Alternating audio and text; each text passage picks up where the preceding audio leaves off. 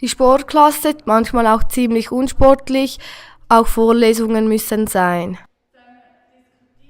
Zurück zum Sport.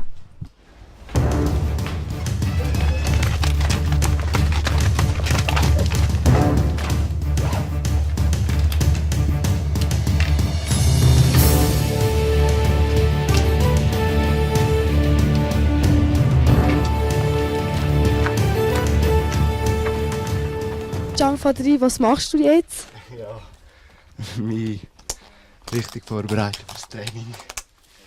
Wird das Training anstrengend? Ja, eigentlich dürfte ich gar nicht trainieren jetzt. Wieso nicht? Ruhewoche. Ah, okay. Wieso macht man die Ruhewoche? Ja, damit man nicht übertrainiert wird und nachher die Leistung.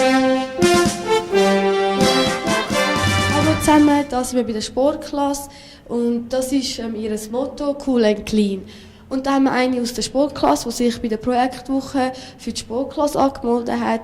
Und ich wollte dich fragen, für was «Cool and Clean» steht. Ja, clean ist einfach, dass man ohne Doping mitmachen sollte und cool, wie der Sport halt Freude macht. Gut, und macht Sport dir Freude? Ja. Was macht dir am meisten Freude?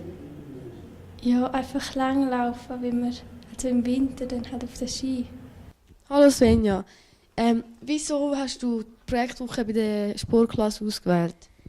Also beim Projekt von der Sportklasse haben wir sehr viel Zeit zum Trainieren und nebenbei gibt es auch noch Vorträge über Sportler, wie es im Internet dargestellt werden und einfach Sachen, die man wissen sollte. Interessiert dich das auch?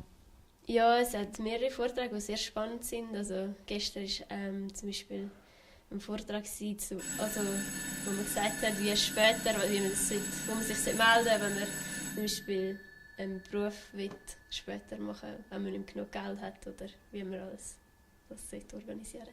Und gibt es heute auch noch einen Vortrag? Ja, heute ist ein Vortrag über Anti-Doping für uns am Nachmittag und es hat so wie 2 Gruppen. Die eine Gruppe hat am Morgentraining und die andere Gruppe am Nachmittag. Gut. Freust du dich darauf? Ja, schon.